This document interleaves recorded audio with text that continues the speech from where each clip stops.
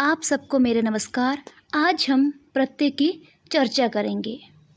बच्चों, प्रत्ययों का अर्थ पूरा तभी होता है जब वो किसी शब्द के साथ जुड़ जाते हैं और उसके अर्थ को बदल देते हैं। तो आइए समझें इसकी परिभाषा।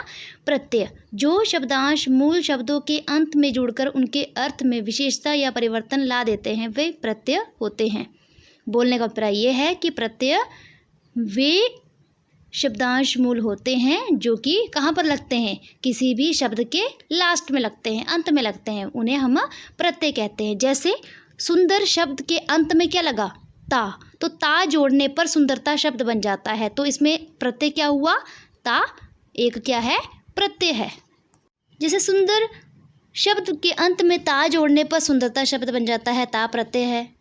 तो मूल शब्द प्लस उत्तर पद, तो मूल शब्द क्या है यहाँ पर, सुंदर है, और ता क्या है, प्रत्यय है, जिसे कि हम उत्तर पद भी कहते हैं। उत्तर पद मीन्स जो बाद का पद होता है, मतलब जो सबसे लास्ट का शब्द होता है उसे हम बोलते हैं उत्तर पद। और पूर्व पद किसे बोलते हैं, जो स्टार्टिंग का शब्द होता है उसे पूर्व पद बोलते हैं। उत्तर पद जो लास्ट का शब्द होता है उसे उत्तर पद कहते हैं। जैसे यहाँ पर एक एग्जाम्पल है, राहुल पढ़ाई कर रहा है। अब इसमें पढ़ाई अंडरलाइन किया है। तो बच्चों आपने देखना है, पढ़ाई में उपसर्ग है कि प्रत्यय है। अब जैसे पढ़ जमा आई, तो पढ़ना क्या हुआ, एक प्रकार से क्रिया हुई, पढ़ने की क्रिया हो रही है, ठीक है, प्लस आई, तो आई क्या है, शब्दांश है, ठीक है। तो ये अब देखो पढ़ाई, तो ई कहाँ पर जुड़ रहा है, सबसे लास्ट में जुड़ रहा है, ठीक है। तो प्रत्यय क्या होते हैं, जो सबसे लास्ट में जुड़ते हैं, किसी भी शब्द के सबसे लास्ट में जुड़ते हैं, उन्हें हम प्रत्यय कहते हैं। अगला उदाहरण देखिए, चित्रकार सुंदर चित्र बना रहा है। अब चित्रकार इसमें अंडरलाइन है। अब इसे तोड़े, जैसे चित्र जमा कार, तो चित्र क्या है, शब्द है, और कार क्या है, शब्दांश है। तो जो कार है वो क्या है, प्रत्यय है, और लगा कहाँ पर है, प्रत्यय सबसे लास्ट में लगा है। जैसे चित्रकार जो लास्ट में जुड़ते हैं, ठीक है, तो प्रत्यय कौन है, कार, ठीक है, जो कि सबसे लास्ट में जुड़ा है। तो चित्र जमा कार, तो क्या बना, चित्रकार।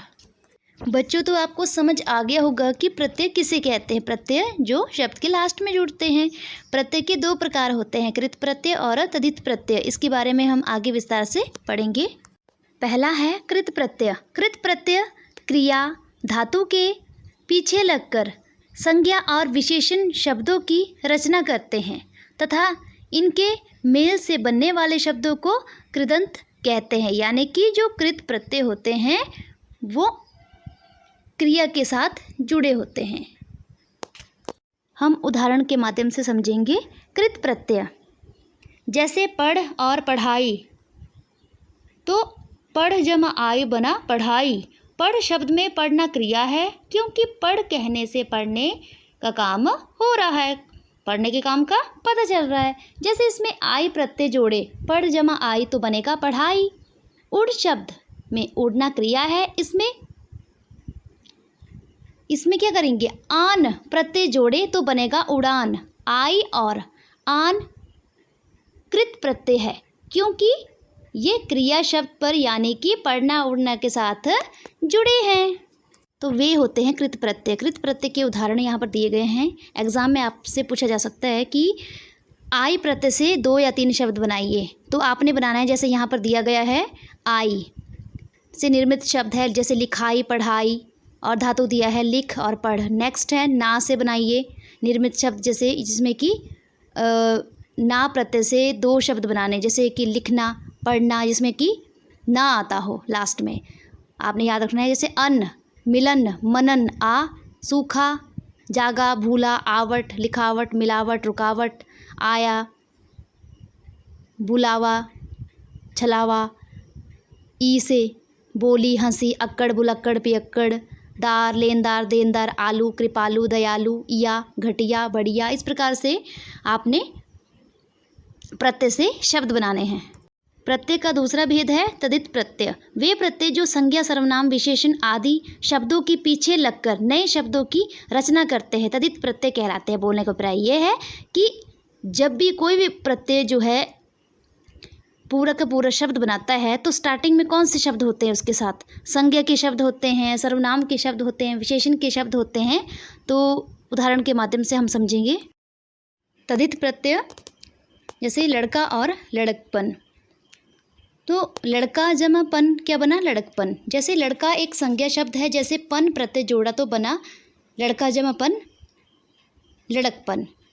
लघु शब्द विशेषण है, इसमें ता प्रत्यय जोड़े तो लघु जमा ता क्या बना? लघुता। बच्चों, लड़कपन तथा लघुता शब्द में जुड़ने वाले प्रत्यय पन और ता तद्धित प्रत्यय है, क्योंकि संज्ञा और विशेषण शब्दों के साथ ये जोड़े गए हैं, इसलिए क्या है? ये तद्धित प्रत्यय के उदाहरण।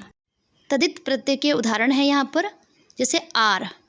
तो आर से निर्मित शब्द है जिसमें आर आता हो, लुहार, सुनार। और धातु लोहा, मूल शब्द सोना। कार से निर्मित शब्द है साहित्यकार, पत्रकार। जैसे साहित्य क्या है? धातु है, और पत्र क्या है? मूल शब्द। एरा जैसे चाचा धातु है और मूल शब्द मामा, तो चचेरा ममेरा। वान धन धातु, गाड़ी मूल शब्द धनवान गाड़ीवान। आई धातु चतुर, मूल शब्द अच्छा, तो निर्मित शब्द है चतुराई अच्छाई। ता प्रभु क्या है? धातु और मूल शब्द है सुंदर, निर्मित शब्द क्या बना? प्रभुता और सुंदरता। पन धातु अपना, मूल शब्द पराया, तो निर्मित शब्द है पन से अपनापन परायापन। आपा से जैसे धातु है मोटा और मूल शब्द है बूढ़ा, तो निर्मित शब्द है आपा से मोटापा बुढ़ापा। ये तद्धित प्रत्यय के उदाहरण है। बच्चों, आज हमने प्रत्यय की चर्चा की कि जो शब्दांश मूल शब्दों के अंत में जुड़ते हैं, मतलब बोलने का अभिप्राय यह है कि जो प्रत्यय होते हैं वो शब्द के अंत में जुड़ते हैं, लास्ट में जुड़ते हैं। जैसे यहाँ पर सुंदरता का एग्जाम्पल मैंने आपको पहले भी बताया है कि जैसे सुंदर जमा ता, तो सुंदरता में ता प्रत्यय जुड़ा है। और हमने पढ़ा कि प्रत्यय के दो भेद होते हैं, पहला है कृत प्रत्यय, दूसरा है तद्धित प्रत्यय। इसके बारे में हमने चर्चा कर ली है। तो बच्चों, प्रत्यय के बारे में आपको पता चल चुका होगा कि जो प्रत्यय होते हैं वो शब्द के लास्ट में जुड़ते हैं। और एग्ज़ाम में आपको इस प्रकार से आ सकता है, जैसे पन, एरा, प्रत्यय से दो शब्द बनाइए, तो आपने ध्यान रखना है कि ऐसा शब्द आपने सोचना है जिसमें कि लास्ट में पन एरा आता हो, वैसा शब्द बनाना है। मतलब जो शब्द के लास्ट में जुड़ते हैं वो प्रत्यय